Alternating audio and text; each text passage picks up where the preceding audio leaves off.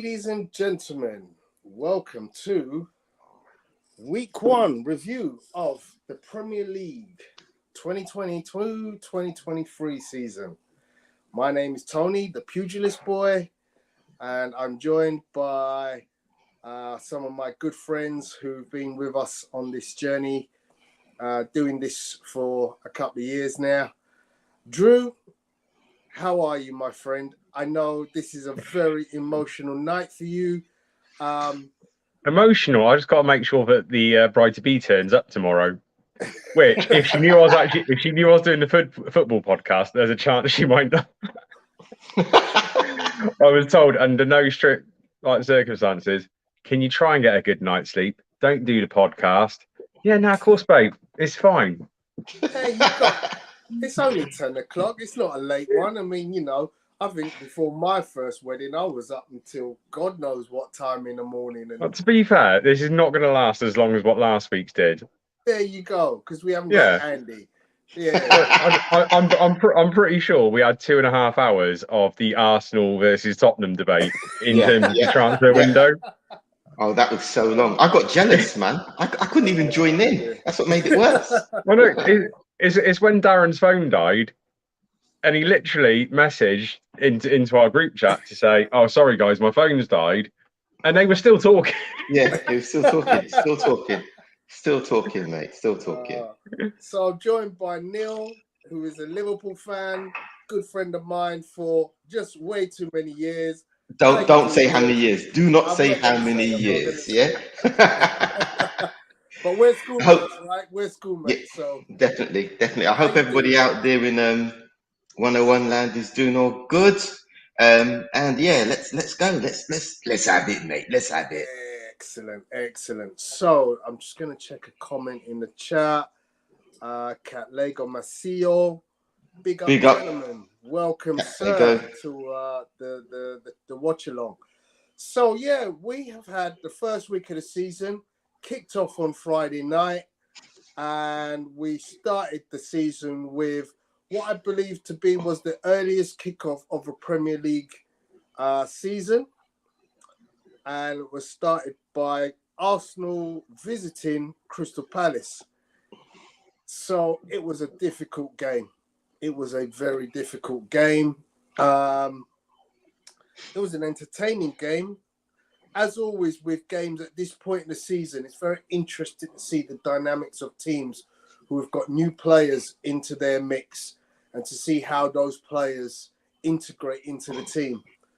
Arsenal had 2 players who they had bought and 1 player who they had bought back from loan in William Saliba. And I couldn't have been more pleased with those new additions into the first team lineup. The man of the match for me was William Saliba. He was universally seen as man of the match. He looks already like a Rolls Royce in the defence.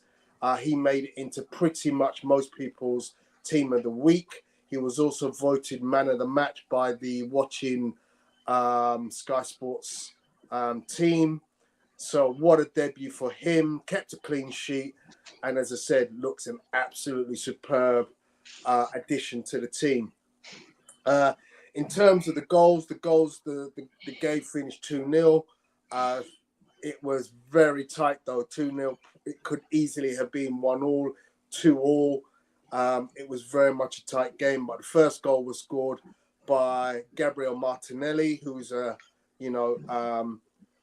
one that we need to watch because he shows quality, but his end product has at times let him down. So I'm glad he got himself off the season with a goal.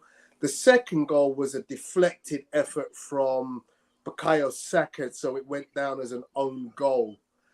But yeah, good, strong performance by Arsenal in a game. As I said, it could have been 1-1, it could have been 2-2. We're thankful for 2 outstanding efforts to save the game from Aaron Ramsdale. Guys, if anyone wants to come in at this point and just tell me what they thought, if they watched the game, what they thought about the game. But yeah, that was my summary. I've actually got a slight hot take actually about Ramsdale. Now, he did pull off 2 corking saves. Brilliant save, still brilliant saves, man. Absolute world-class saves. But there was a couple of moments, in particular in the first half, where if Arsenal were to drop the points, there's only one place the blame would have been going, and it would have. I mean, he. I don't get how can a goalkeeper look so authoritative and commanding at one moment, and then turn into Fabian Barthez the next moment. I genuinely rate Ramsdale as well. I'm not bashing him for no reason now. I think he's a top quality keeper, and he is only going to get better. He's a much better option for England, for Christ's sake, than what bloody Pickford is. Yeah, so, definitely. But I do rate him. I like. Don't get me wrong. I like Ramsdale, but I can't rate him because sometimes he's very temperamental, and that can cost you points. He is, to me, he's your weak link at the back. Yeah, but he's good. Don't get me wrong. I'm not saying he's not good. But if someone's going to make a mistake across that back, well, if you include in back 5, right? Yeah. It's gonna be him. He can look, as Drew said, he can look so authoritative in one instance, and then 2 minutes later, he's playing like Charlie Chaplin. You know, I think you guys need to somehow address that if you want to be top 4, definitely, and even make the top 2. That's one position that you've got to start thinking about, maybe making slightly stronger or having another alternative, because he will, until I don't know how long he's going to be like this, but until things get better for you guys, that's one thing, guys. You Arteta needs to have at the back of his mind, a replacement or someone who can play games for you guys. Yeah, it feels really weird that I'll be honest, it is one of the better Arsenal performances I've seen as well over the past 18 months. Yeah, and to be fair, it is actually a small criticism that we're actually focusing on. It was a genuinely good performance. It's like Zinchenko had a few issues in the second half with Ayew, but that's because Ayew realised that in a foot race he had Zinchenko. So one thing I would say, most wingers in the Premiership will realise at some point. What I will say to counter that, and I should have said this when I was talking up the game. The performance of Crystal Palace is to be commended. They were able to do some things in the game that negated the quality of Arsenal, particularly with the likes of Martin Odegaard. I think they were able to shut him down. Yeah. They kept a player close to him at all times. They gave him very little space. They had a very good press. Yeah, and that also shows how at times were finding it very difficult to come out of that press. But then again, you've got to get to your old manager, though. Not your old manager, one of your old players. And this is what I say. Guys.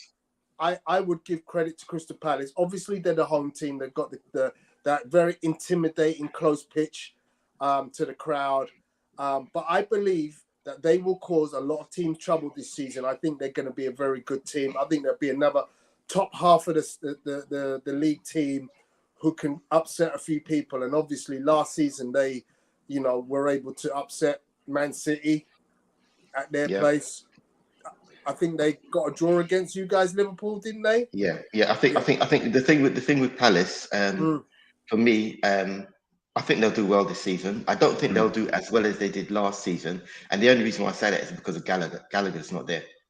There is talk that although the transfer window is still open, and obviously looking at Chelsea, that he might go back because it looks like Chelsea are building something there, and I'm not sure that the manager actually wants him back, and therefore there might be an opportunity for another loan spell with Palace where that'd be good for him. That'd be good for him. I'm going to be honest. I don't think that Chelsea are building something. I think they're using a very scattergun approach to transfers, which is going to be good for anyone looking to pick up any of those second string Chelsea players like Gallagher. Yeah, who are? I mean, he's a starter in 16 out of Premiership teams. Yeah, he's a very good footballer. So it's good news for a team like Palace. It would want to take him back. Yeah. So let's move on, guys. So that was Friday's action. We've got a comment coming. Let's see if I can address it. Hey, Cool K. Hi, gentlemen. Drew looks bored of winning. Just the Champions League this season. That's all I'm saying. Yeah. We're living in Haaland. That's all I can add to that. Indeed. I actually didn't pull up the fixtures. The fixtures. The following game was the Fulham Liverpool game. 2-2 draw. Morning, yeah. Yeah, in the morning. Obviously, that's your team. Can we not talk about that game? Because I've really got to eat my words on that game because of the performance of a certain centre forward. Yeah. Okay. So for me, it was a contrasting game to the Charity Shield game the week before. Liverpool were slow to start with. They got caught out by Mitrovic. In fact, I'm not sure what Alex Arnold was doing for the first goal, because he didn't even go for it. He didn't even go for it. It shows the quality of his actual defending. He's great at going forward. He's great at crossing. He's great at free kicks. The worst thing that he does is defend, actual defending. And he got caught out. I wasn't surprised when it happened. I was obviously upset as well, because you don't want to go one down to any team realistically. But that's not to take anything away from Mitrovic and Fulham. Liverpool had their hands were full. And if it wasn't for Nunes coming on, Fulham would have got the result. They would have got the result. I know Drew doesn't like Nunes for some reason, but yeah, it's not that I don't like Nunes. I just there's something about him that doesn't. I can't place it with him. But I'm still more shocked that Mitrovic scored twice. Yeah, he turned in a man of the match performance, and I've been sat here on the Thursday night slating him. How do you think I felt then? How do you think I felt? I had to watch the man do what he doesn't normally do in the Premiership against Liverpool. Problem is, though, Neil, you actually said one day it will happen for him. Yeah. Trust me to say that, right? Typical. Actually, you got to shit on your own parade there. Exactly. Exactly. I think, to be honest, if Mitrovic plays like that in every game, he will be a contender for the Golden Boot. He is a genuine problem if he plays like that with that kind of motivation. Yeah, exactly. But is he gonna play a defence that's got players like Van Dijk in it every weekend who make him raise his level? That's the problem. No, he's not. But the thing is, what you've got to look at as well is that he's got a point to prove. Yeah. He didn't do well in their last stint in the Premiership before they went down, and him and Fulham, obviously they've got to say, look, we're back in the Premiership. We're going to show these people we're not going straight back down. So I think for the first 6-7 games, you're probably going to see them at their best. Yeah, you can see them play at their best because they've got nothing to lose right now. Everybody thinks they're going to go straight down, so they're just going to try and prove everybody wrong. And it was a good start for them. Unfortunately for them, Nunes came on, and I'm not sure why. I almost said Rodgers, why Klopp took so long in bringing him on. I thought that before I saw the team sheet, I thought that he'd probably get a start because Fulham team coming up. Why not put your new forward out against an up and coming team?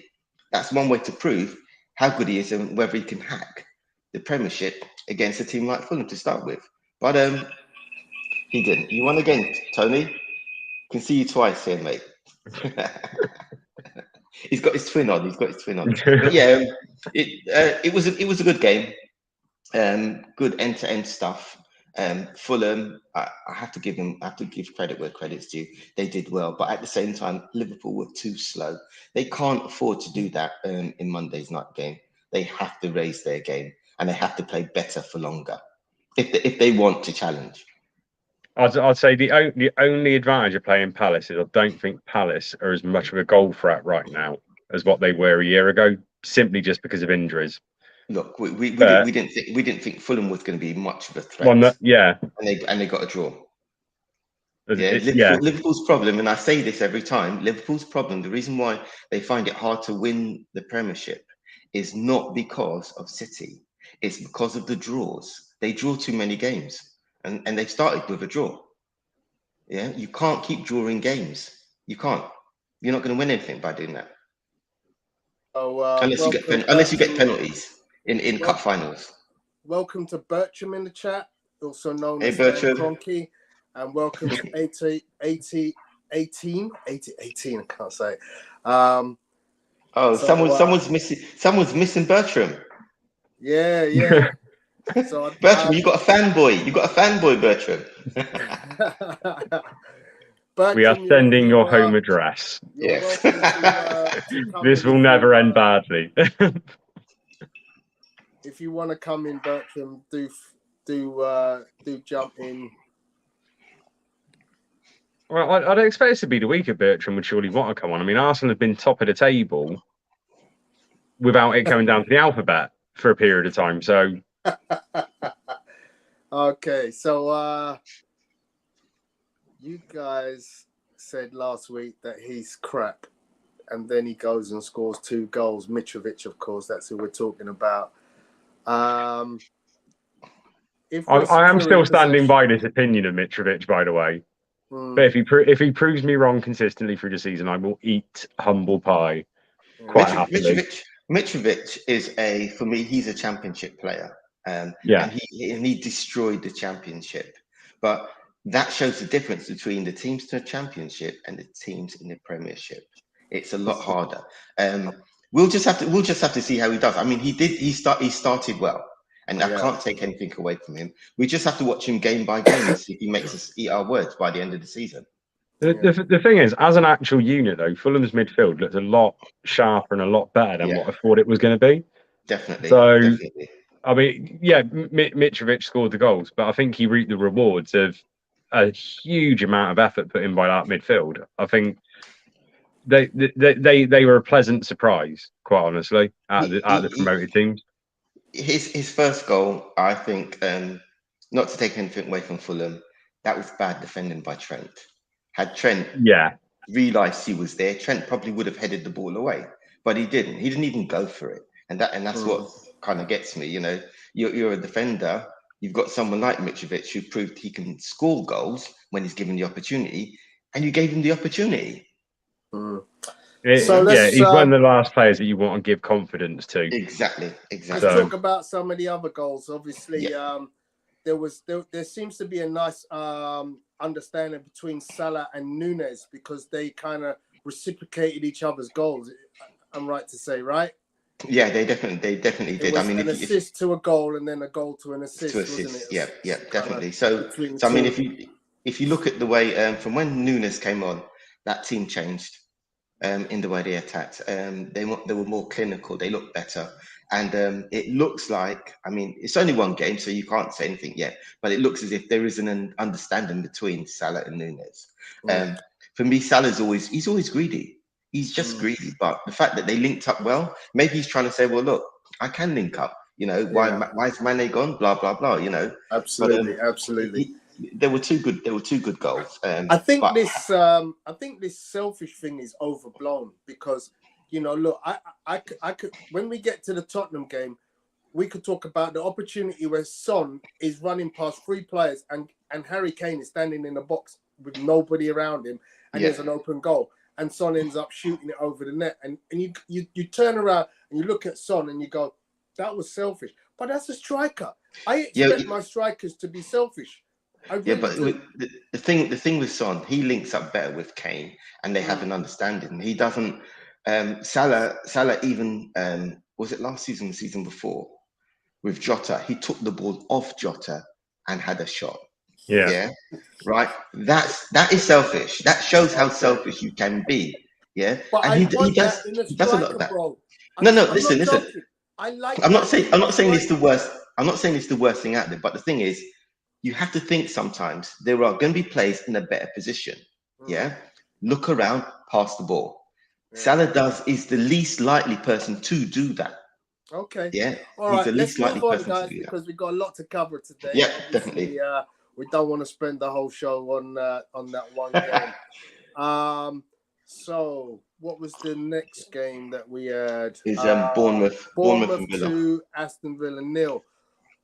Good game. Bournemouth coming back into the Premier League against what you would have thought would have been a difficult game against Aston Villa. Who wants to have a go at that one first? I just, the only real observation I had from the game is I thought Villa were going to be more cohesive defensively. I thought they'd be solid like they were last season. They just looked very half-assed in every action they pulled off in that game. It's like even when they produced like a moment of quality, there was nothing to follow it up. They seem like they're just getting into their pre-season program. It was a very odd performance from them, but no disrespect to Bournemouth or anything, because I think they played really well. But Villa just didn't seem to be switched on for that game. Yeah, I think not just this game, but there were a couple of other games where the teams kind of seem like they're still in pre-season. They're not with it yet. You've got to give them. Some of them it's going to take maybe 2 games, 3 games before they start motoring properly. So I wouldn't take last week. I'll take that with a pinch of salt at this moment in time, because you've got new players gelling into teams. You've got teams that are just coming back off pre-season. But the thing is, we learned this from last year. A slow start can kill your season. Of course, it didn't kill our season per se last year, but three losses at the start of the season. Oh yeah, kind of put a really bad dent in our season. That's why I said that you've got to wait a couple of games to see what happens. I mean, it was just the first game, so. So, with regards to this game, I mean, it was interesting because it was our first opportunity to see a number of new players. Obviously, Bournemouth have rejigged players since they were last in the Premier League, and also Aston Villa. Again, we saw some of their new players getting a look in. Bournemouth had some good performances from Jefferson Lerma. He scored. He's one to watch this season. And the man of the match that was voted for the game was Kiefer Moore, the Welsh international, who also scored. Guys, anyone want to talk about any of those players? Kiefer Moore, I've watched him a lot over the years. He is a championship player who has the ability to affect a Premiership game. It's like even Tony. You look at him, his skill set says Championship, but he has the ability to affect on the biggest stage. Yeah. Which, I mean, is a great attribute to have, to be limited in a lot of your skill set, but then just be able to put that extra 5% on it and cause damage to the best team. What you've got to look at as well, now Bournemouth are back up, it's going to be a test for these players to see if they can actually perform against much better teams than they performed against in the Premiership. And that's one thing that everyone's going to be looking at Bournemouth. Bournemouth probably are one of the favourites maybe to go straight back down. But on what they did last week, if they keep playing like that, they'll probably stay up. Yeah, I mean, because they're coming to the Etihad this weekend, so they probably, I mean, touch wood, they get absolutely annihilated. But if they're smart, their games aren't against City, Liverpool, or any of the top 6. If they can start nicking points off teams like Villa, who are solid mid-table teams, and then beating a few of the teams around them, they'll actually have a shot of staying up. Which just like with bloody Mitrovic will prove me wrong again, and it will be very upsetting that I've predicted so many things incorrectly at the earliest point of the season. So what was interesting about Aston Villa's lineup was that they dropped their 2 centre backs in Mings and Chambers to bring in their 2 new young kids, Diego Carlos and Ezri Konsa. That obviously didn't work. The thing is, I like Konsa. Konsa looks like a proper player. But what the hell has Tyrone Mings done? stripped of the captaincy and dropped in the space of 5 days. It's that's kind of questionable, isn't it? Well, I mean, we're gonna have to watch his space to see what Gerrard says. But nobody really drops the captaincy for nothing. There's normally something behind it. Yeah, I mean, I know. Sorry, Gerrard did actually say on Sky Sports News that he thought he'd give somebody else a chance. But it's very difficult for someone to come in and just take the captaincy away just like that. There's got to be reasons behind it. Yeah, that haven't been explained, and maybe it will come out. We'll have to see. Especially when, I mean, let's be honest, you've on paper a very successful season the year before, compared to where you were at Christmas, for instance. Villa's season could have been a lot worse last year. Exactly.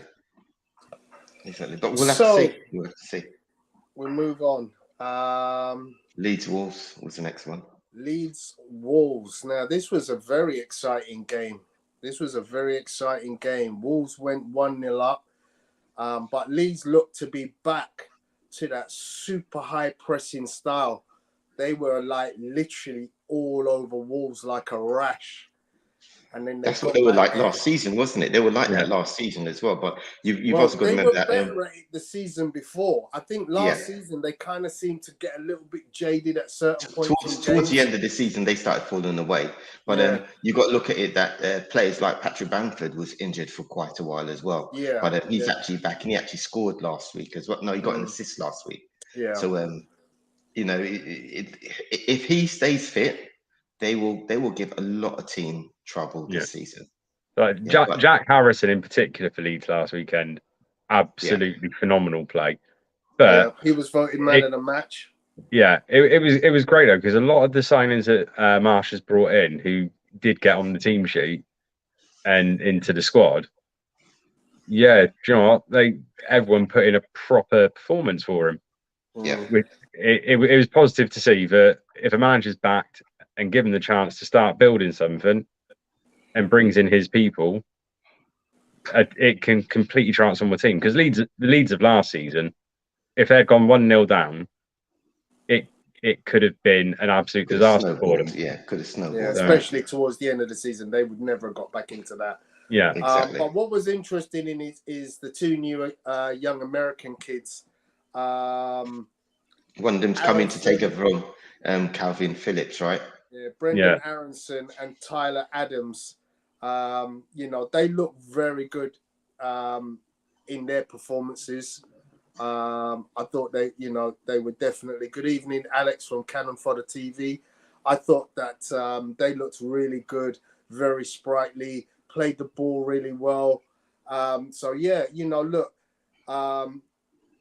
managers had to change the lineup after the loss of one of their most influential players in Rafinha, but he looks to have not lost the step with some of the new lads that he's brought in. What are you guys' thoughts? Yeah, well, he knows the players quite well, the ones that he's brought in anyway. So that's another team that we've got to have to watch this season. As I said, it's just one game. Yes, the American lads, they did do well. So did Bamford, so did Harrison obviously got the man in the match. We just have to see what happens when they come against the bigger teams and whether they can get points with the teams around their level.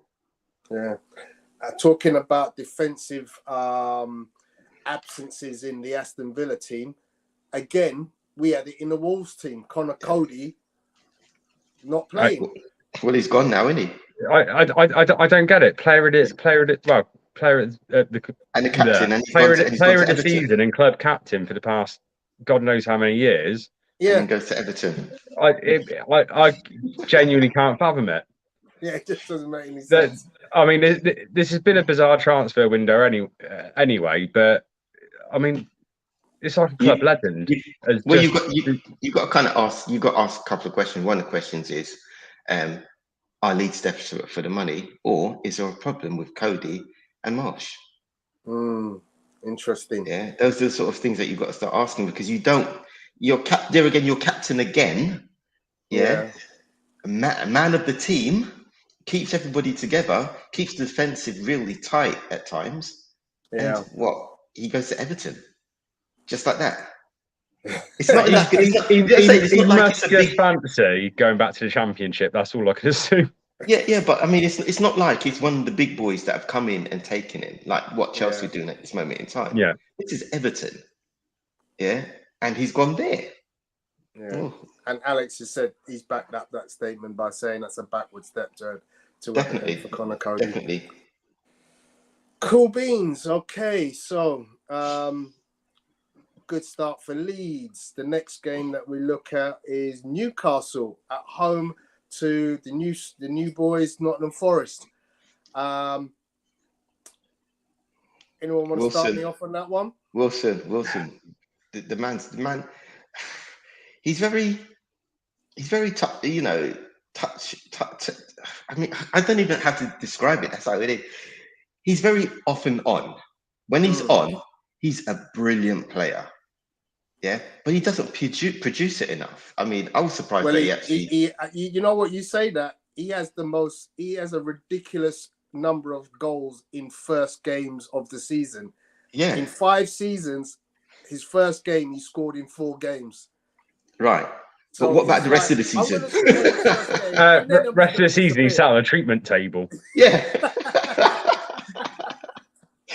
That's why he does so well in the first game, because he knows I don't know how long this is going to last. I need to score, right? Literally 38 games worth of effort all goes into one afternoon. So. Yeah. No, I think he's a brilliant player. I'm not sure if Newcastle is the team for him, because clearly he's getting injured a lot, and I don't know what their physios are like, but it's not working physically. It's not working for him. Touch wood. You know, he doesn't go injured this season, and if that's the case, then maybe we'll see quite a few more games from him. But I'd say if he can avoid injury this season at that Newcastle team, the way they're shaping up, the business they've done over the past 2 windows, he could be a 20-goal a season striker if he stays fit. He has a lot of potential for that. Can I just say something? Sean Gota. Oh. I might have to just go and have some alone time, actually. Is he still around? That is the greatest Premiership centre-forward to ever play the game. Thierry Henry had nothing on that, man. Oh, dear. Callum Wilson, you're overrating him, boys, in my estimation. I like the guy, but he's not Premier League. He's, I look at the strikers and, he's never going to go down as a legend in Premier League. He's just, for what Newcastle are building, he was an adequate purchase at the time that they needed a striker. However, going forward and looking at the way that they've been buying, I can see them going out and buying someone who actually can score you 20 goals. Don't get me wrong. I'd love to actually see them go after Isak and actually bid for money for him. Because I think he is absolute quality. So I'd love to see Newcastle do that. Arsenal were linked with him at one point, but oh my God, you can't just keep buying centre forwards. We are. You can't become the Chelsea of strikers. I mean, they're just going to buy centre backs, but you can't just go out and buy everyone else. Are you talking to me about buying strikers when you got that guy down there who's bought like half the world's top strikers? What? Listen, don't bring me into this, right? I mean, to be fair, you did literally buy Origi to sit on a bench for 5 seasons. No. Origi was a tactical player, right? We knew there were certain games that we knew he would do well against. Yeah, the league. And you keep him there. Well, hey, he did it, didn't he? He did well, yeah. Hang on, in his 5 seasons at Liverpool, we won 4 of the league cups that he was available for. Yeah. Well, what more can I say? There were certain games that he had to shine. He didn't shine in all of them, which is why he was on the bench a lot of the time. Yeah. He came on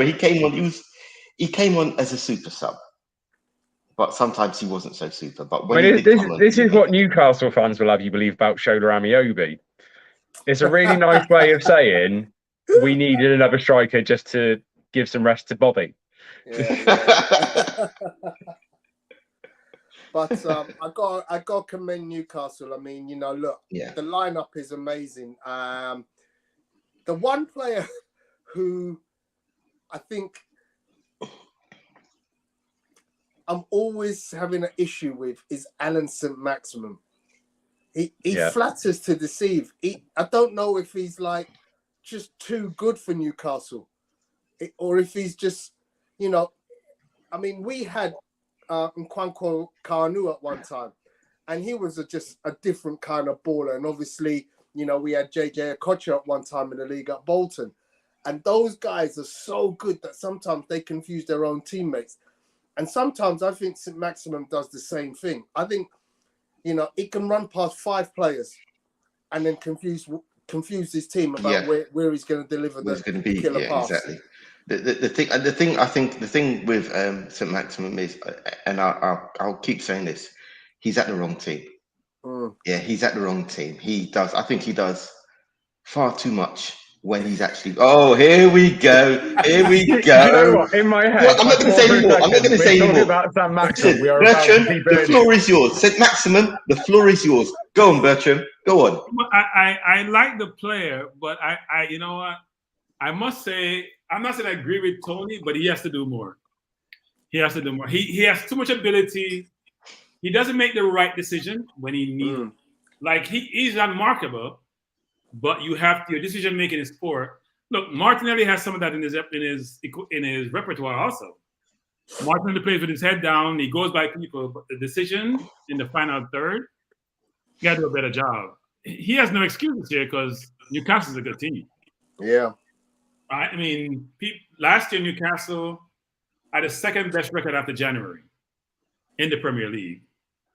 And they've improved their team somewhat in some of the sort of strategic acquisition they've made. Some expectation that they should do better. But St. Maximin is a very good player. I think it is well managed. He reminds me of Zaha, except Zaha I think is a much more mature player and is doing more. But you could say the same thing about Zaha you say about St. Maximin, except now people are really appreciating Zaha's ability. Yeah, but this is where now they're really appreciating his ability actually. Yeah, but this is where the manager has to come in now because he's the one who's putting those players together, getting them to play, communicate, that sort of stuff.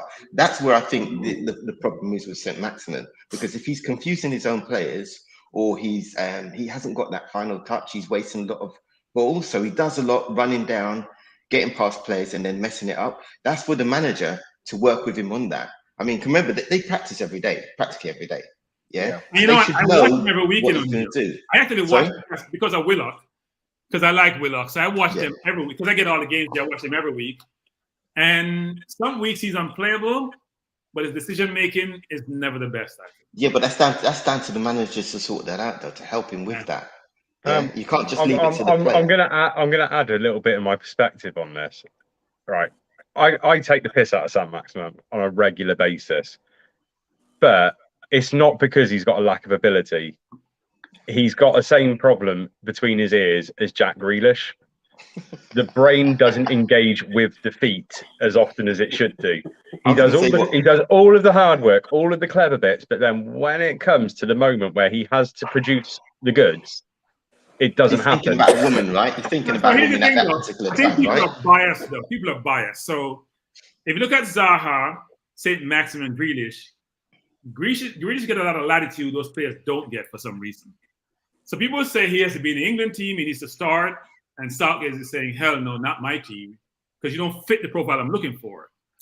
What's his scoring record since he's been playing the Premier League? How many goals have he scored? I'm going to put it out there. I think Jack Grealish was the biggest mugging that ever took place in Birmingham to get him up north to Manchester, quite honestly. I think he only has 18 goals in the Premier League, and he's 26. Yeah. For what you see about Grealish written, his stats do not back up what people think of him at all. No. He wins a lot of free kicks. Great. That's brilliant. But just...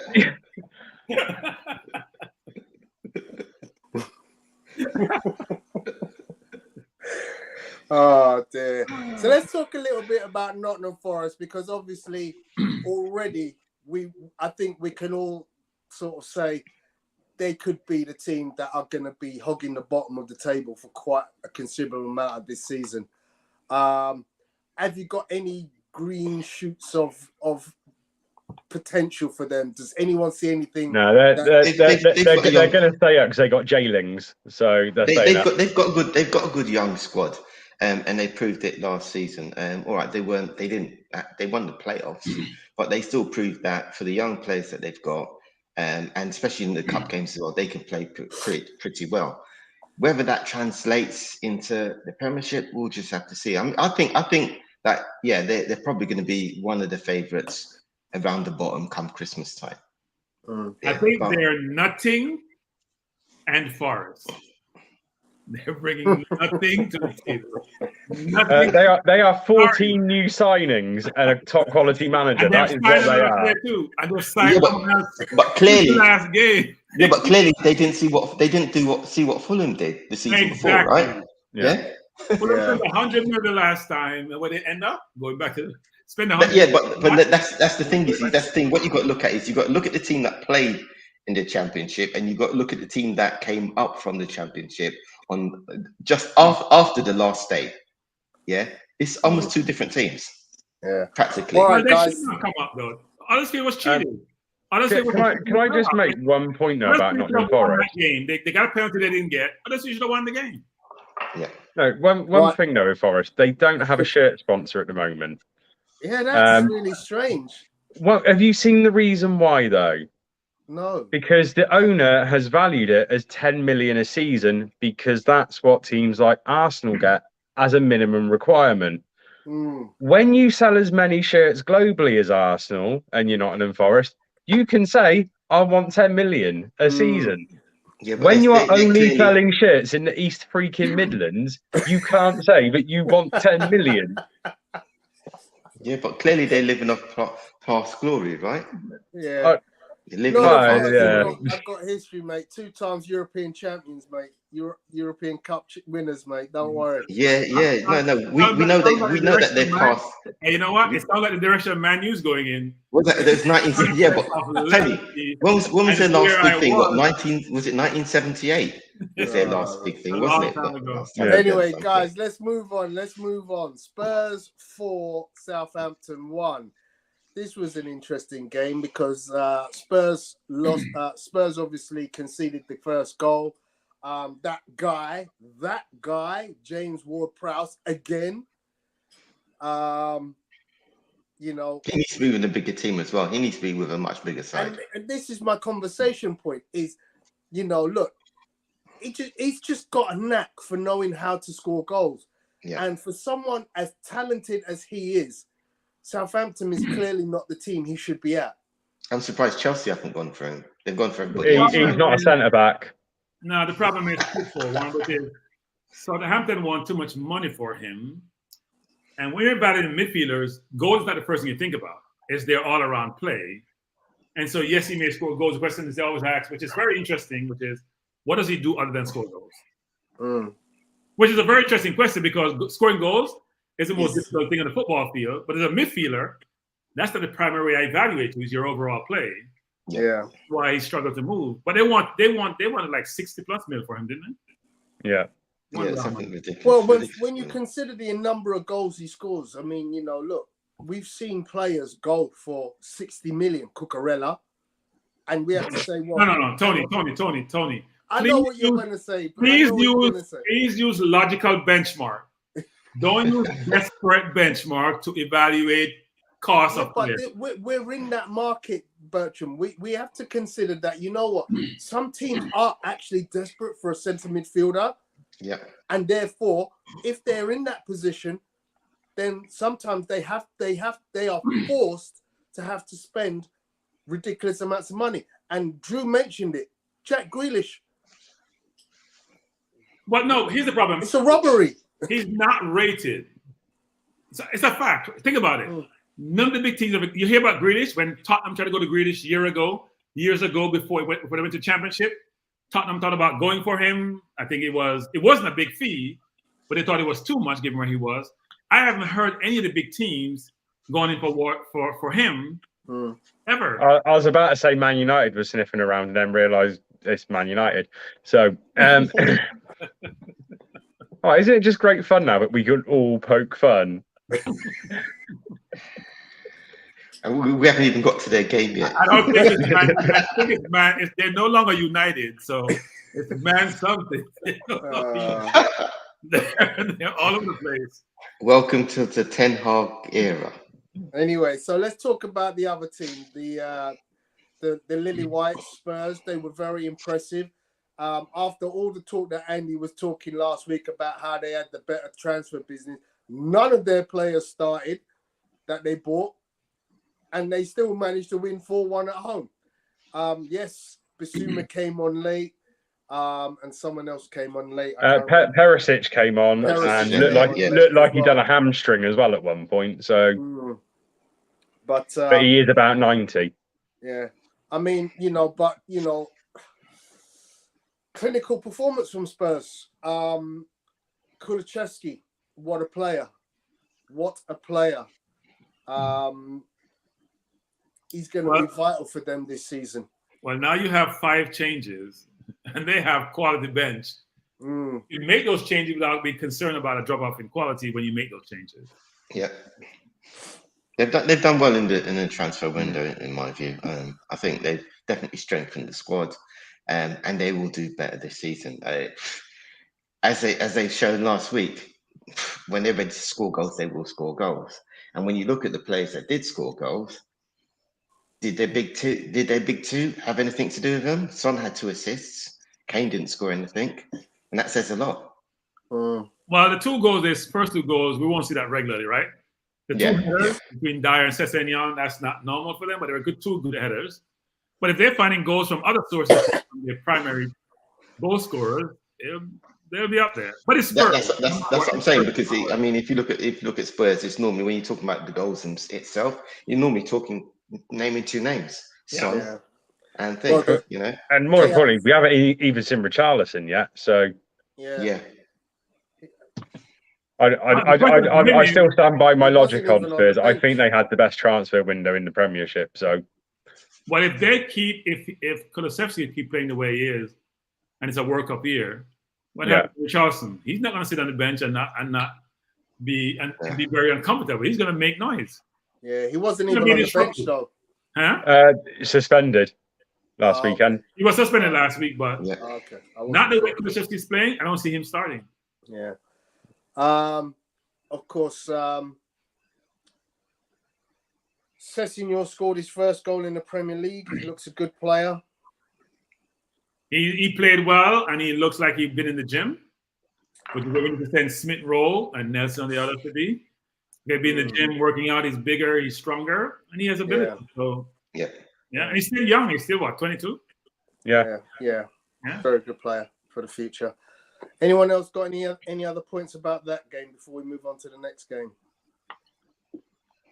No. Can I get my Arsenal in? I know I came late. Can I get my 2 cents on Arsenal? Yeah, sure. Fire away, buddy. So I said we won, but I wasn't pleased. What pleases you, Bertrand? So here's the thing. So I went to watch us in Orlando play Chelsea, and we were ridiculously good. And it was a full. Now, care what Chelsea wants to say about preseason? It was a full Chelsea team. They came out and played, and we ran them off the park. And I watched it against Palace yesterday, last week Friday, and what happened was we were good for 20 minutes, and then we were fighting for our lives the rest of the game. And I'm sorry, we got some more chances, but Palace had 2 clinical chances. If they had a more clinical striker, they would have scored. And I even though Palace is a good team, they didn't have all their best players, frankly. I was missing some of their players. I didn't know we played well for 20 minutes. And given the quality that we bought, I just expected more. So I'll take the win because we only beat Palace twice in the last 9 games, which says a lot. But still, I was disappointed that we weren't. I want us to be dominant. I'm not talking about top 4, guys. I mean, you guys are focused on top 4. I'm thinking about winning the league. And I'm sure that's what Arteta is thinking. You think Arteta and Edu are saying, we want to be top 4? That's not what Conte is saying. That's not what Arteta is saying. They're thinking, I want to win the league. That's how we got to play. We got to dominate teams like how Man City does. And I wasn't happy with Palace winning. I was happy we won, but not with the performance. So my 2 cents on Arsenal. But I don't know if you heard my comment. Palace look like a very good team. Their press was superb. I think they're going to be one of the teams to watch out for this season.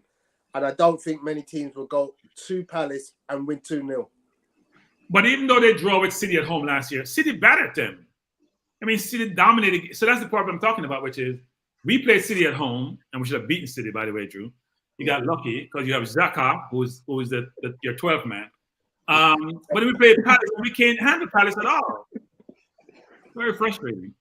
But anyway. Can I just point out, you can't always blame Xhaka, because the other game, it was Gabriel that got himself sent off. So, can you just stop loaning us your players for a moment of madness? No, Drew, it was the same game. Xhaka gave a penalty to Silva. Oh, God, it was, yeah. And it was the same game Gabriel got sent off. So, and then Martinelli was considered. I apologise, Bertram. All this winning goes to my head. Okay. Right. So let's move on to Everton at home to Chelsea. I didn't watch that game, unfortunately. It was watching paint dry, quite frankly. It was. But I thought Everton did well. Oh, I didn't miss anything there. Well, you missed what should have been a Chelsea defeat, quite honest. If Everton had a centre forward, yes, I don't think Chelsea would have won that game. I agree. Did Sterling play? Huh? Yeah. Did Sterling play? How well did he do? Quite frankly, he looked lost, not in the Man City system. Wow. In my personal opinion, he hasn't found his niche yet with Chelsea. Because they don't. The thing is, I don't know if Sterling will find his best form for Chelsea. It's such a far departure from what he's used to in style of play. It's like when he was at Liverpool, it was all geared to attacking and scoring goals. All Chelsea seems to want to do is keep buying centre-backs and defensive midfielders. I don't see how this team's ever going to really play to the strengths of Sterling, if I'm honest. Well, if they buy De Jong and Abba, they may be better because then they'd be more attacking, wouldn't they? Yeah. If they get Aubameyang, I actually would be more worried about Chelsea. I just can't picture De Jong leaving that 17.5 million on the table though, and I'd be disappointed in him as a human being if he left that 17.5 million on the table. All they have to do is reduce the transfer fee and payment. That's all they have to do. It's not a big deal. Barker doesn't transfer fee. Right. This is where my issue comes in with it though, because it has been suggested now that if the transfer fee comes down, the other team can absorb the impact of that 17.5 million. Okay. Why should any team be absorbing wages that you can't be bothered to pay? If my former employer doesn't want to pay me and I change jobs, will my new employer pay the money that my old employer didn't? Absolutely not. And this is why I'm genuinely furious and livid about the whole Barcelona situation, because apparently City and PSG are the ones killing football. They are literally trying to force it into a state of needing a Super League. But there's only 3 fucking teams interested in a Super League, part of my language. Well, no. And look, I don't think Europe has a choice but to go that route. I think we do. I think all of the fans in the leagues spoke. No, but here you guys are missing. The Premier League is missing the rest of Europe, making them obsolete. No, seriously.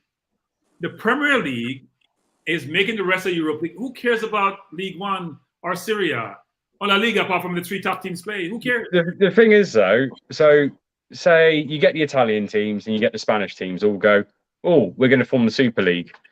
German teams won't follow and the French teams won't follow. So what are you left with? I don't know what Europe does, but think about it.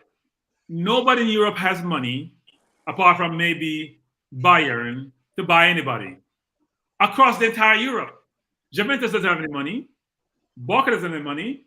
Madrid spent one of the money buying the kid from Monaco. How much money have they spent in this window? Who was always buying all these players? They thought they were going to get Mbappe and free.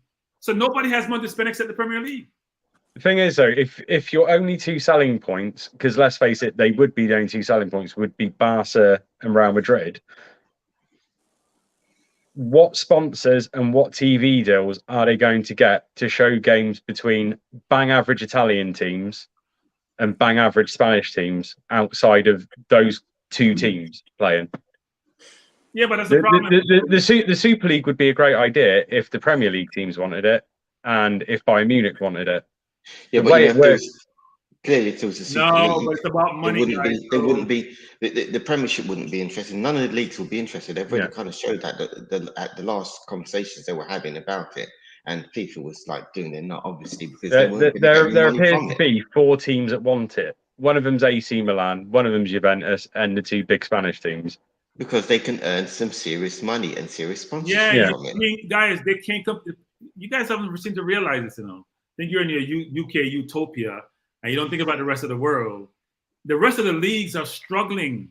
French league doesn't have a good TV deal. Nobody's watching Syria. Barca is on its last. If it was a normal company, it'd be bankrupt. Bayern is lucky because Bayern is. There's one team in Germany. I don't care what Dortmund does. There's one team in Germany. So who cares about the rest of the leagues? And all you're going to have is more people gravitating towards the Premier League. Is that healthy for Europe?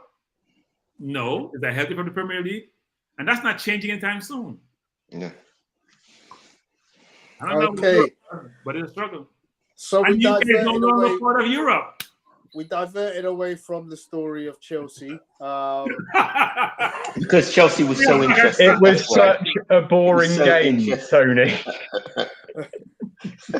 All right, so let's talk about the Sunday games. Leicester drew 2-2 with Brentford. I actually haven't seen that game, so someone's going to have to help me out on that one. But I didn't watch any of the games on Sunday. I missed them. You didn't watch the United game? No, it's bad. I didn't watch any of the games on Sunday. I was too busy running around, and then when I realised the games was on, I thought, oh my days, I couldn't watch them. I watched United game. I'll give you a brief rundown of the Leicester Brentford game. Yeah, we were wrong about Leicester. They were still not terrible, even with no squad. They were actually all right. Brentford just looked like Brentford from last season. They're just going to give everyone a good game. Yeah, Leicester has a team. It doesn't have a great squad, right? Yeah. They have a team. They have a good team with Tielemans and Fofana and Evans and all of them. Well, Fofana might not be there for long. But I mean, you say that. I mean, look at the Leicester bench. Still contains Soyuncu, Mark Albrighton, Dennis Prayet, Kelechi Iheanacho, and Ayoze Perez. They're good players. So I don't see this. Yeah. They haven't got players. That's true. Those are good players. They're not, world beaters, but they're still players who are always in and around a good team. Maybe they need to change their manager. Maybe they need a better manager. No, they need to invest. They were the only team. Hang on, wait. Am I hearing a Liverpool fan saying that someone should get rid of Brendan Rodgers? You're listening to the one Liverpool fan that didn't want Rodgers at Liverpool in the first place. Wow. I like the fact that after 2 years, the rest of them all just followed suit. Went, actually, we have been mugged here. Yeah, exactly. I mean, that's why we lost Sterling. Sterling actually said that if they get rid of Rodgers, he'd stay. No, they could have won the league. If Gerrard didn't split, they would have won the league that year. Never mind. Right? But they didn't. But two sevenths and a second. Obviously, there's big money being talked about Wesley Fofana. Yeah. He played, a good player. It's just probably I think this is the last of Jamie Vardy. Anyone else want to agree with me on that one? I think it's got to be now. Yeah. He's literally at the point where his wife's become more famous than him, and it's not for any good reason. So it's like he must get some absolute. Well, she's destroyed what credibility he did have, hasn't she? She's destroyed it all now. So, and then you look in their midfield and you think, well, you still got Maddison, Ndidi, Tielemans. That's not 4 bad players. That's a very good mission, by the way. Yeah. The thing that really gets me is everyone's talking about Maddison and Tielemans for transfers. Indeed, he's brilliant. Yeah. Why is he not being linked with a move to a massive club? I agree. He's genuine quality. I think for Ndidi, I think what it is probably he's a Conte-like player, but doesn't have the offensive skills. Conte have offensive skills, by the way. Yeah. I don't think one of the things that people don't value him as much. He's like Makelele, Conte-type player. He doesn't have the offensive skills, which in today's game, if you look at Rodri or you look at Partey, they have those ability to pass the ball between the lines. He doesn't do that. he mops up more and start to play. So maybe that's the rationale. Cool. He's a very good anyway, just to wrap up on that game, 2-2 goals from Timothy Castagna and Kieran Dewsbury-Hall, who's, again, another decent player. Dewsbury-Hall has had a good season last year. He's one for the future. He's one for the future, definitely. Sure. And then that was pretty much up until the second half when Brentford came back through goals Ivan Toney and Josh Da Silva. So we move on again. The next game that we look at is Man United Brighton. Go on, Ten Hag.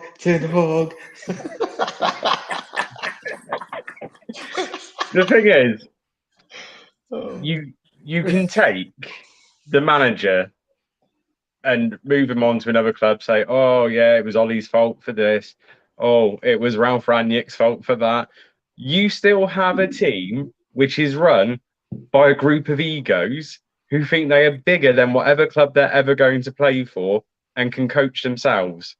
And quite frankly, I do feel a little bit bad for Ten Hag, but whoever takes that Man United job and who isn't told when they're coming in, you've got free reign to do what you want with this squad. Anyone that's just going to let it continue the way it is an absolute fool if they think they can change these players. Quite frankly, there is no changing the personalities of some of these players and the way they see the game. I think. Firstly, Ronaldo, they should just let him go. Just cut their losses there and then. They can't just let him go. Let's be honest. You can't just let a guy. Well, they're not going to be getting in the Champions League for a while, so they ain't going to have financial fair play to live up to. Exactly. If they wanted just to cut and run, now he's not going. You can see in his heart. Nobody can afford him. Yeah, but he doesn't want to play for them. So why have a player in your team who you're not going to benefit? They're not going to really benefit from him this season. I can't see it. I just can't see. It's just not in his. If it was in his heart, I'd say it was the least engaged in the game I think I've ever seen Ronaldo. Yeah. He's just the lights are on, but nobody's home when it comes to playing for United. That's how I see it now. Man U has spent a lot of money. Man U's like Everton, Arsenal, Man City, except you can see where Man City's money went and how well they spent it. And then they spent much more than everyone else. But Man U has spent a lot of money and they have a lot of good players. They just don't have a team. And the problem they're running into is none of the parts fit. And now they have players like Martinez who looked lost last week. Yeah, but it's been like that for a few seasons, though. They've always had an scapegoat, which is the manager, right? What they have to do is what Arsenal is doing. So when Mislintat came in and bought all those players, it's now we realize they weren't that good, the other players he bought. It's now because we go out and buy other players and realize, we do a comparison, they weren't that good. We have to give them away for free because nobody was going to buy them. Even, look at Torreira, for example. 27 million, we're selling for 7 million. That's what we're running to. So you have to clean house and start over. The problem is he has an impatient fan base who doesn't have that tolerance. It's like my New York Knicks. We try to patch things up because we are not patient. You got to start over, clean house, start from scratch. You have the money, but you can't keep doing the same thing you're doing every year. Can I just point out, though, with your New York Knicks, you might have a very passionate and tolerant fan base, but it's been over 50 years now, Bertram. No. I'm saying we're not tolerant. That's the problem. We're not tolerant. So what happens is every year, we don't start over like Oklahoma City does. We patch and patch and patch, but the patch is never good enough. Yeah, papering over cracks. That's all you didn't put. And it's not like here in the UK where the fans have a say in how my team is run. You have no say here, so it's a little bit different. Yeah. So I mean, what can you say? I mean, let's talk about the positives about Brighton though, because at the end of the day, they're the winners of this game. They dominated this game with very good players, and they have a decent squad right now. Anyone want to comment on their particular? We all kind of said it on the podcast last week. Graham Potter is worth 10 points at the start of every season, basically, because he gets the best out of his players every time. The first 2/3 of the season, Brighton are not just going to be a game for anyone. They're going to take points off a lot of big teams, and he gets a lot out of players who aren't great. Yeah, like Danny Welbeck. I don't understand. Honestly, since he went to Brighton, every time he goes back to Old Trafford, he plays like prime Romario. Yeah, because It makes no sense. He's trying to shove his name back down their throats. He's trying to make them feel bad about how they treated him and how they let him go. Well, actually, no, to be fair, even when he went to Arsenal, his couple of trips back to Old Trafford, he ran them ragged. Yeah, because he's trying to prove a point to United, isn't he? Yeah. Yeah, he's that jilted lover, isn't it? He's that jilted lover. That's what he is. Yeah, he's got to get them back no matter what, and it doesn't matter if it's 10 years later. He's still getting them back. And the other player that baffles me is Adam Lallana, because I'm pretty certain the guy's 40. No, he just had a lot of injuries. He's not that old. Yeah, no. I'm sure he was playing football when I was 11. So a couple of things. Danny Welbeck spent the whole summer in the gym. And if you guys see some of his feeds where he put on a lot of muscles, he's worked out really hard. You know, he's injury prone. Yeah. He's really built up his body to withstand the rigors of the Premier League. So he's done a LeBron James, Huh? He done a LeBron James. He did, exactly. Well, trying to do a LeBron James. Secondly, they lost Cucurella, they lost Basuma, and it didn't appear that they lost anything in that game because they all played Man United. And Lamptey was on the bench too. So look at that game, they played well with the players they had on the field, and Man U weren't really in the game, and they should have got a penalty they didn't get. And they had Neil Maupay on the bench, one of their... I've got to say, when Lamptey actually came on last week, he's a player. He is genuinely an absolute delight to watch when he runs at people. I think he's brilliant. But I think, talk about Brighton, we need to mention Cucurella now, because I think they've just performed Sale of the Century with that. When Chelsea inquire how much for Cucurella and Brighton say 50 million, I don't know how business works in America, Bertram, but when the American owner then says, we'll give you 62, that's not negotiating.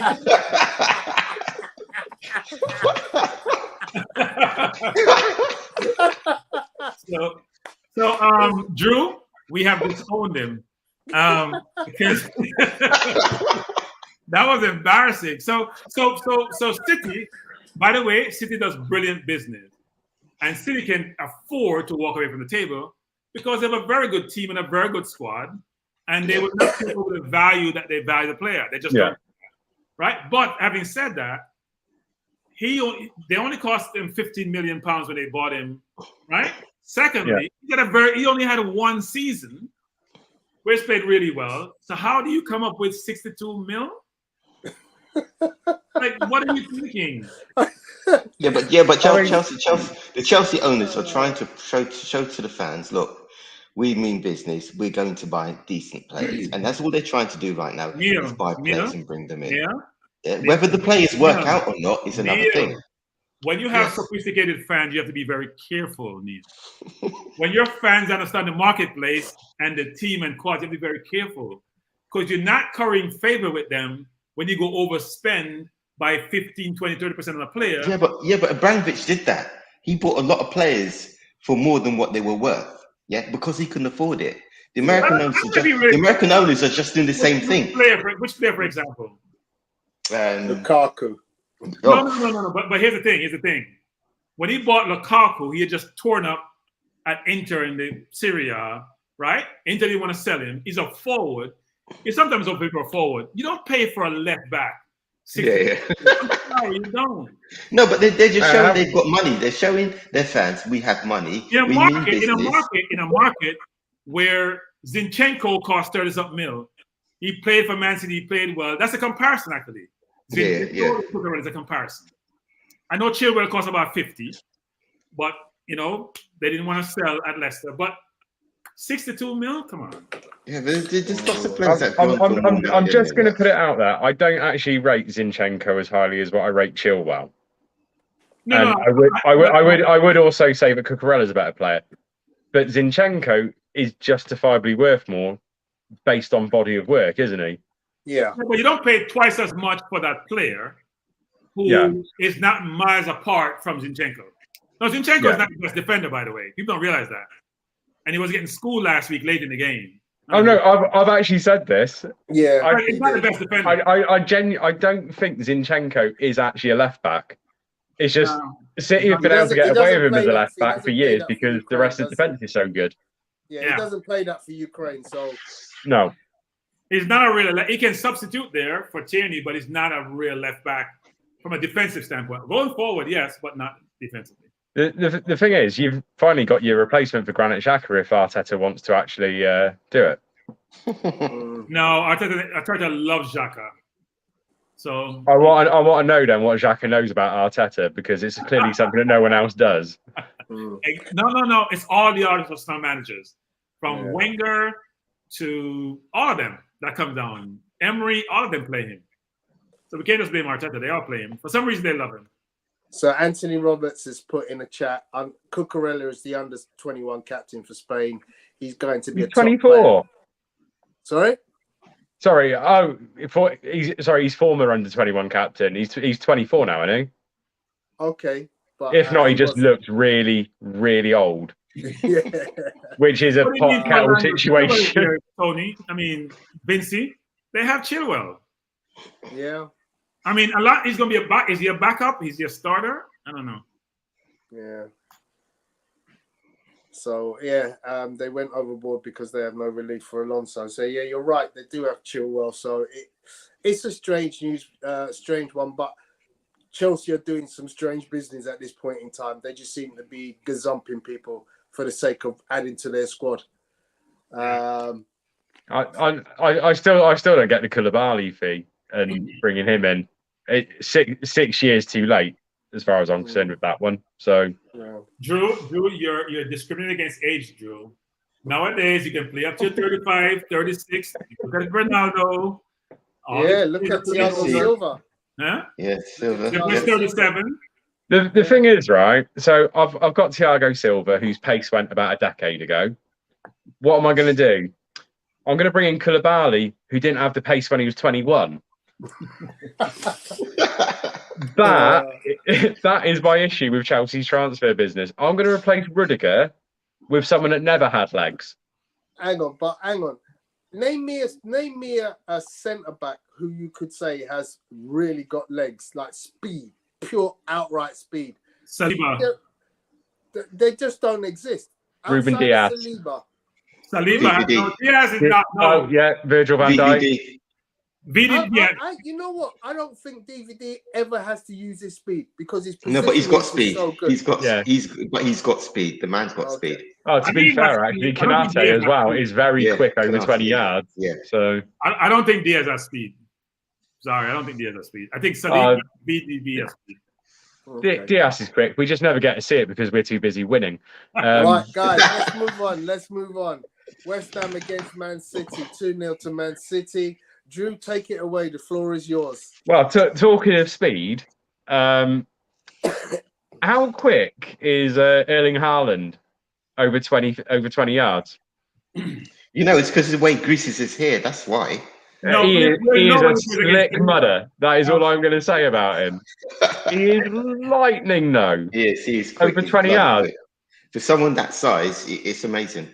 Yeah, I mean, he needs to do not something about that hairstyle. He needs to do something about that hairstyle. I'm sorry.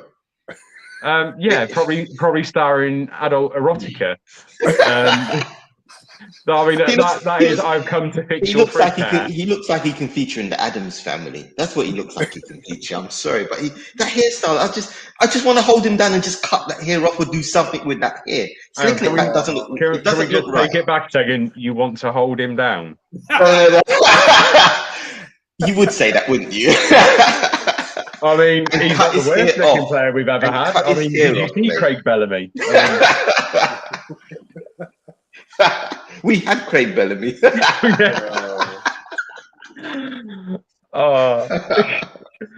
no, it was a weird game. West Ham didn't have a full strength 11, didn't have any of their new signings available. But it was virtually the exact same West Ham team, but we struggled with twice last season. And City, for the probably the first time in a long time in a game that we could have thrown points away in, we were clinical, which it was lovely to see for me. Probably not for everyone else, because if City start becoming clinical in front of goal, I think it's going to be harder for anyone to challenge for the Premiership. But yeah, just a lovely state of affairs to see Haaland at full flight in the Premiership. So, guys, just quickly, talk to me about West Ham. What are your thoughts on the performance of West Ham? So I'll say this: it was embarrassing. It's like a dog laying over. I'm sorry. First 35 minutes, we had 82% possession. At one point in the game, the possession stats were 84% to 16%. Wow. They were embarrassing. If you look at Fulham against Liverpool, Fulham ran Liverpool in the ground by just chasing them and pressuring them. West Ham are playing low block, and Haaland still got behind them twice, probably about 3 times. Should have gotten behind them about 4 or 5 times. That's embarrassing. Now the centre halves, they had Johnson playing centre half, they have all their centre backs, but it was ridiculous. You can't play low block football and people are getting behind you. That doesn't make any sense. So I was very frustrated watching them. I'm like, come out and play football. Take 10 versus, you know what? Not playing at all. You're going to lose anyway. You're going to keep the score down. You think goal difference is going to matter later on in the year? That must be the reason. Because you were in the game. The thing is, this is the thing. West Ham are not going to be threatened by relegation. So have a go. Open up. Have a go at the top teams. You might concede 6. You might come away with a 2-2 draw or something. Which one does your credibility better? Yeah. They were poor. So the statistics in terms of possession on the game was 75% to Man City against 25% from West Ham. And West Ham sounds like they didn't even turn up. Tony, I have no idea how they get 25%. No, I'm dead serious. No idea. I think it took until the 60th minute. Huh? No, it took until the 60th minute for West Ham to have completed 100 passes. Wow. Yeah. And considering most of their passes were going lateral. Exactly. Now, here's a statistic I want, Drew, for you to take on board. Despite that amazing domination territorially of the ball, Man City only had 2 shots on target to their 14 shots. You know why? It only takes 2 to win it, though. No, you know why? Because they were so low, right? They're trying to walk the ball into the goal. It's very difficult to do. You get inside of 18, you're facing 7, 8 men. It's difficult. There's no gap in behind except when they went upfield the ones. The second goal is where they went upfield. Yeah. And the ball, but the first goal was they were pretty deep when they got behind the first goal. Yeah. Bertram, those statistics may be deceptive, because when I look at a team that dominates another team by such a significant amount of possession and they pass the ball as high and quickly as they do, but they only have 2 shots on target. I mean, 14 shots in the total game is actually a low number. So here's the problem. Grealish doesn't exist, and he started. He's not in the game, right? And then you have Haaland, who wasn't really in the game unless he scored. Like, he wasn't in the game. That's another thing I'm interested in for your point of view, Drew, which is he doesn't touch the ball a lot in the game. No. He's not part of the link-up play at all. Most of the City players, when they play a false 9, they're in the game. They will draw a defender when they come to the ball. He doesn't do that. So he's staying pretty deep on the defense. And on the right, what was that? Foden. So they weren't. I don't know what that's where. Maybe it was an awkward one with Foden's performance though, because Foden kind of looked lost on the right. Yeah. Which I don't know, if we're going to be playing with this beast of a centre forward, I think put your natural left footer on the left and your natural right footer on the right. If Grealish isn't capable of playing on the right, then we've got Cole Palmer, who is perfectly capable of playing on the right. So, yeah, I mean, it's interesting that kind of tactic, Drew, because a lot of teams don't tend to do that. We see the inverted wingers right now are the way that most teams play. Left footer on the right wing, right footer on the left wing. So, we don't see a great deal of that now in the modern game. But it'd be interesting. It's just the way it's evolved, isn't it? Yeah. I'd like to see it happen, though, just because, and this is the thing, coming from the Dortmund system, they don't go with the inverted wingers. Dortmund play left on the left, right on the right. I mean, to be and honest, it's been very successful for him. I don't understand why teams stay so rigid in their formation, because I would, as an I didn't have a great football career, but when I played, I'd go from left to right as a right footer and try to operate on both wings. I would always try to use both feet and try to create problems for defenders based on the ability to use both feet and go outside the player and sometimes come inside the player. So I don't really get it why teams don't swap their players more often. Well, most players don't use both feet, though, do they? Most players do use No, both they don't. feet. No, they don't. Which Arsenal players use both feet? Jesus. Hey, apart from it just so happens his left is terrible. Does use both feet? Does Martin use both feet? Does Smith use both feet? Who can? No, they don't. They don't. Martin missed on against Crystal Palace because it was his left foot, not his right foot. Yeah. That's why it's an empty goal from 6 yards out. And Saka has no right foot, barely have a left foot, much as a right foot. But we know Saka has scored goals with his right foot. But he doesn't have a right foot. Yeah, I mean, the problem with Tony, we're thinking one-dimensional, right? So if you're on the right, you can cross with your right foot better, right? But teams stick with the one about you'll be able to shoot, but you cut in and you'll be able to shoot versus say, you know what? Crossing is part of the game. It's better you can play on both wings if you're one or two footed. Yeah. But they're rigid. They're rigid. Yeah. Okay, guys. Well, that wraps up the fixtures for the week. We'll look now at fixtures. We're pretty much at an hour and a half into the show, so I just want to finish off quickly in the next 15 minutes, if I may, just by doing our predictions for this weekend coming up. So there we have it. If we can go around and just give our prediction without too much hyperbole around the reasons why. We'll start with you, Drew. Aston Villa, Everton. Controversially, 3-1 Everton. Oh, Neil. Judging by the form of both teams last week, I think that's going to be a 0-0 draw. Okay. Bertram. I expect Onana to do well and to start tomorrow. I say 1-1. And I'm going to go for an Aston Villa win because they're at home. I believe they'll come back from last week's disaster and perform in front of their home crowd. Okay, Arsenal, Leicester. I'll start that one. Arsenal to win 3-1. Drew? The devil in me wants to say Leicester, but no, it's Arsenal win 2-0. Neil? 2-1 Arsenal. And Bertram? 3-1 Arsenal. Okay, Brighton and Hove at home to Newcastle. Ooh. Let's go, Drew. 0-0. Wow. Neil? I think it's going to be a score draw, 1-1.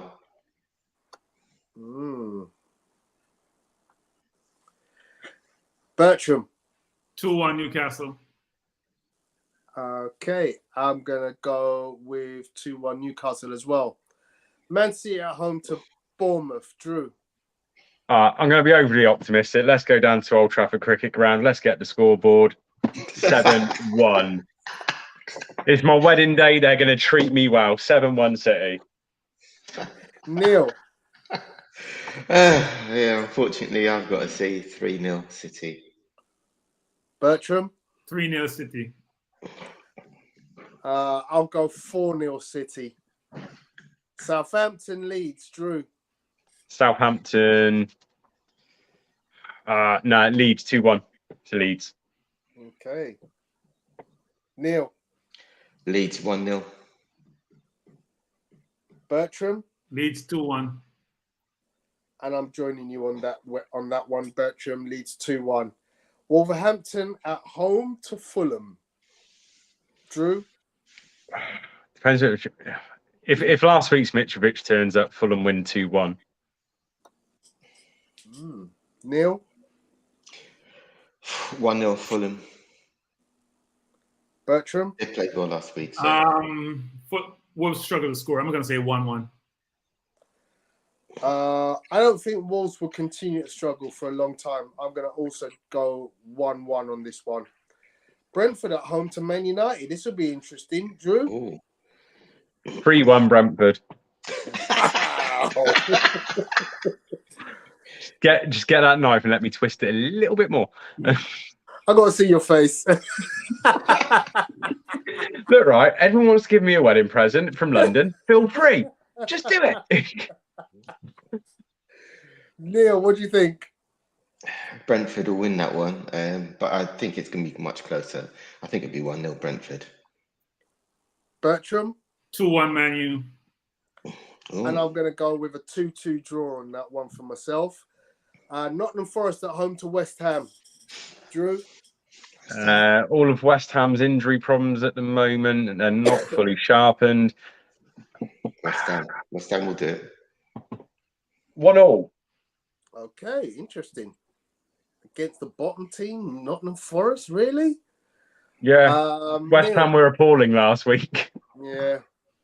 2-0. 2-0 West Ham. 2-0 West Ham. Okay. Bertram? 2-0 West Ham. I'm going to go 2-1 to West Ham. Then the big game on Sunday evening is Chelsea at home to Tottenham. Drew? Right.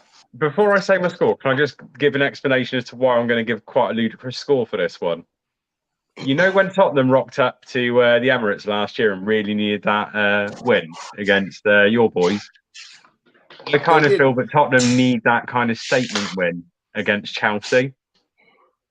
I'm going to go. They didn't win at the Emirates.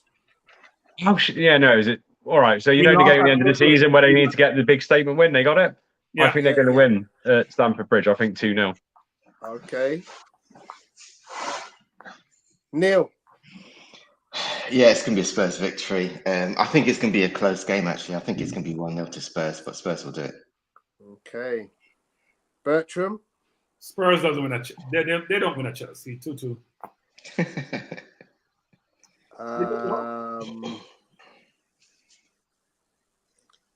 Who else have we got? Myself.